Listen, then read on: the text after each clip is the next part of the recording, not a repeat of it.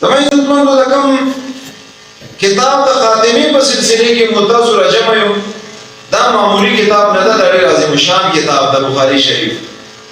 الله دې ته ډېر لوی عظمت ورکړی ده.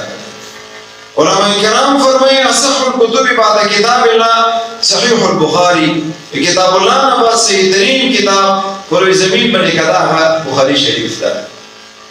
پروي زمین باندې زیات دستور کې کتاب قران پاک ده.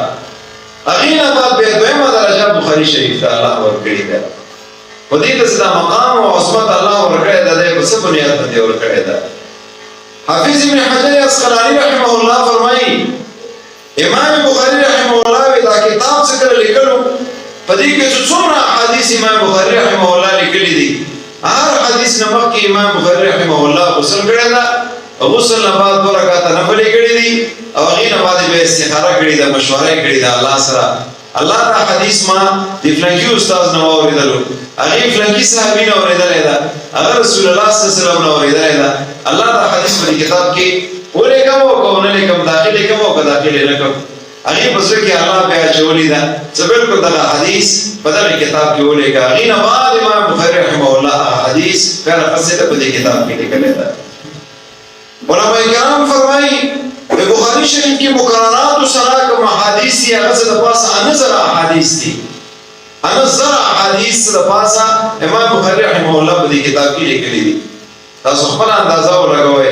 هر حدیث نمک کی غسل بیغین بعد 2 رکعات نفل بیغین بعد استخاره غین بعد بدا حدیث لیکل. زدی کتاب ته عظمت نه ملويږي نو کوم کتاب ته بیا عظمت ملوي. امام بخاری رحمه الله په دغه کتاب کې څه کوم تراجم دي ترجمه الباب دوران درس تاسو اساتذه کرام دغه مقصد ځای په ځای باندې ذکر کړی ده. دغه ترجمه الباب امام بخاری رحمه الله په کوم ځای کې لیکلي دي؟ ادای مسجد نبوی کی به مسجد نبوی کی پر ریاض الجنت کی امام بخاری رحمه الله لیکلی اور ریاض الجنت هغه ځای صحیح مطابق نبی علیہ السلام فرمان داسې ده ما بین بیتی و منبر روضه من ریاض الجنه اما د کور اما د منبر په مابین کې د جنت د باغچونه او باغچه د جنت د ټکرونه او ټکرا ده. په دغه ریاض الجنت کې امام بخاری رحمه الله دغه ترجمه لیکلی.